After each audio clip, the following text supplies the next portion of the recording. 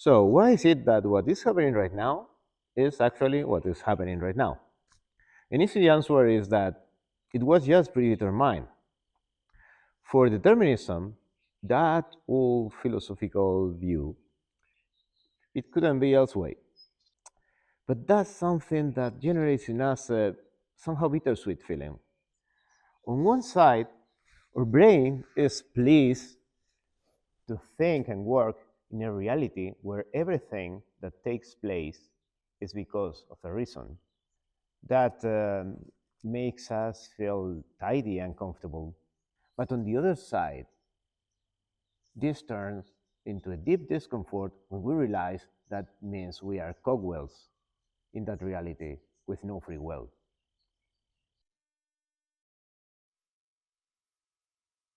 Determinism should be a desirable property of a scientific theory. But when you mix a deterministic theory with determinism itself, weird things happen.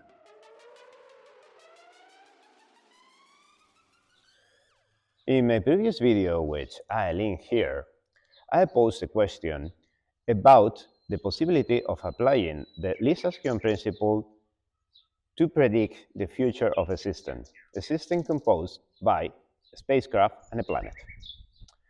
First, as a simple two-value problem that can be solved using celestial mechanics, but later as a whole story where the spacecraft has a crew and a captain, and they have a crash on the surface of the planet, and they have to fight to survive, and a whole of emotions, human decisions, and a lot of complex situations are implied. In this space tale, the crew of the end ship is safe, escaping a miserable fate. But few of us will be willing to accept that the happy or unhappy ending to this situation is fixed by the initial condition of the MP system. There are many objections one can make to the application of the principle in this case. For example, that the situation is very complex, that consciousness and free will are implied, or you can even cling to quantum indeterminacy.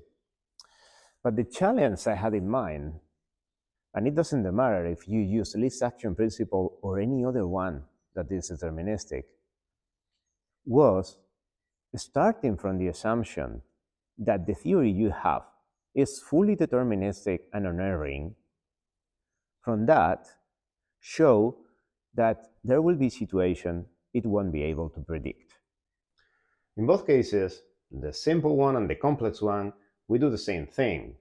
We ask ourselves about the future of the system, and we use for that a theory or principle that we understand is fundamental to nature and therefore infallible.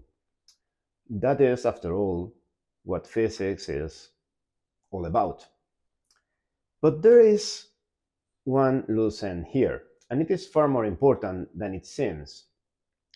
Who is asking? Who are we? Who are we applying the theory?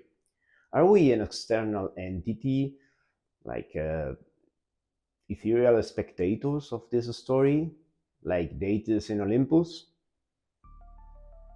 𝗏 is a theory, process or computation if you like, that describes the evolution of a system W when it is sufficiently specified by parameterizing each of its components.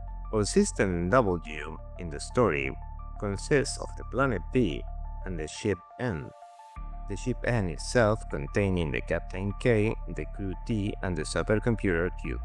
If we pass W as input to Y, formally we have this expression. Assuming that the theory Y works, this object tells us what is going to happen with W. No problem so far, but we have made something strange here. We cannot say that we have applied the theory in a complete manner, because we, as observers, have placed ourselves outside the system in a rather artificial way, since there is no link for the information we have used to get to us. More realistic would be to consider that the one who sets in motion the theoretical machinery to know what is going to happen is involved in the whole story. In this case, it could be, for example, K, the captain of the ship, or Q, the computer, if you prefer a non-sentient agent. But if it is the captain, the one who executes the process G, then we have a problem.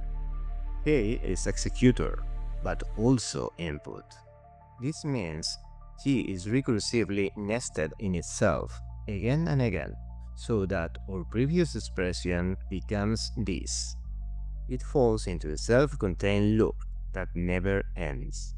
If we want, we can simplify the notation, taking only W and G in the loop.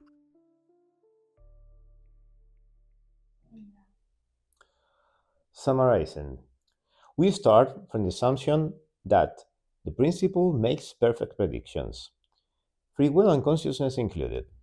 Then, if we apply the theory from an external position, as we were some sort of astral god from a parallel dimension, then yes, G theory works and it tells us precisely what is going to happen. But if the theory is applied from inside, then G becomes kind of like Snow White's magic mirror.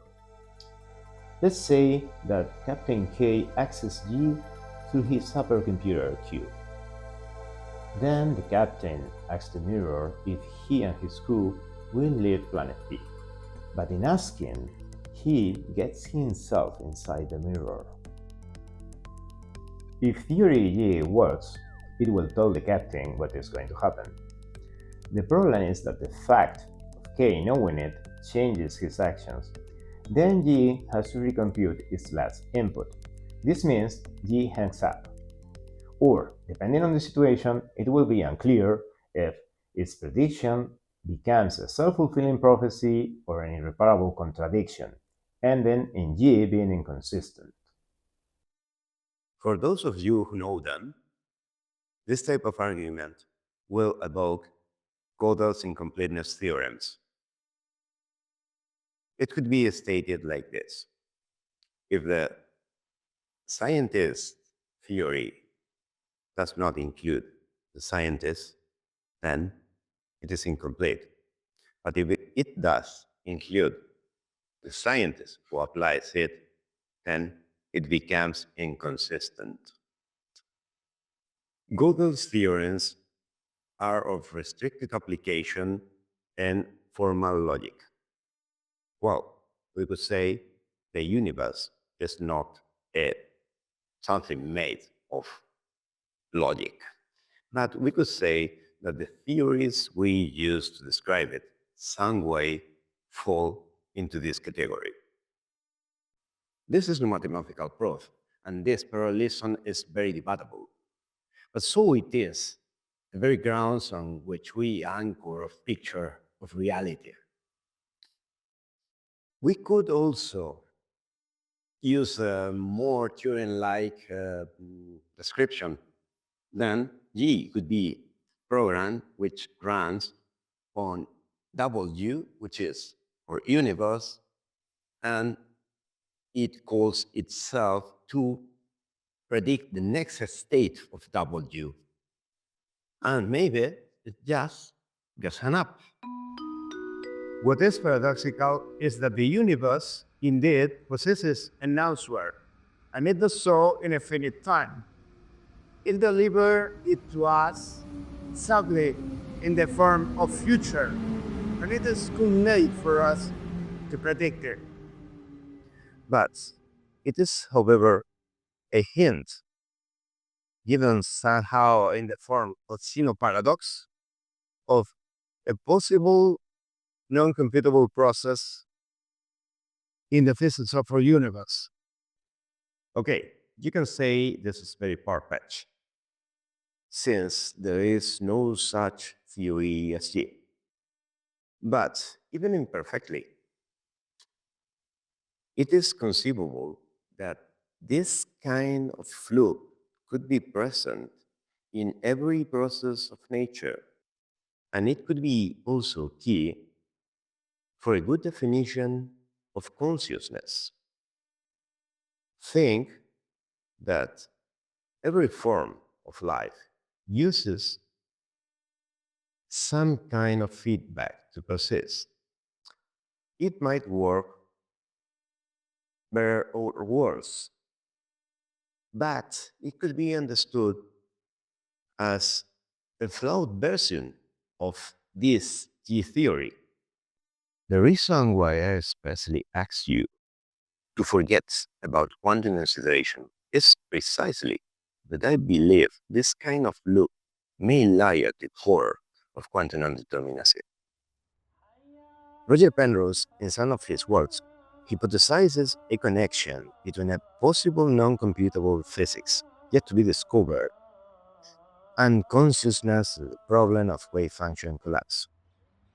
His proposals have been long criticized, but I believe his intuitions make sense far beyond subtleties of quantum mechanics. It should be not something that must be uncovered by experiment. It could be something that comes from a deeper understanding of the scientific process itself. Something sooner or later we had to stumble upon. But how can we construct such physics?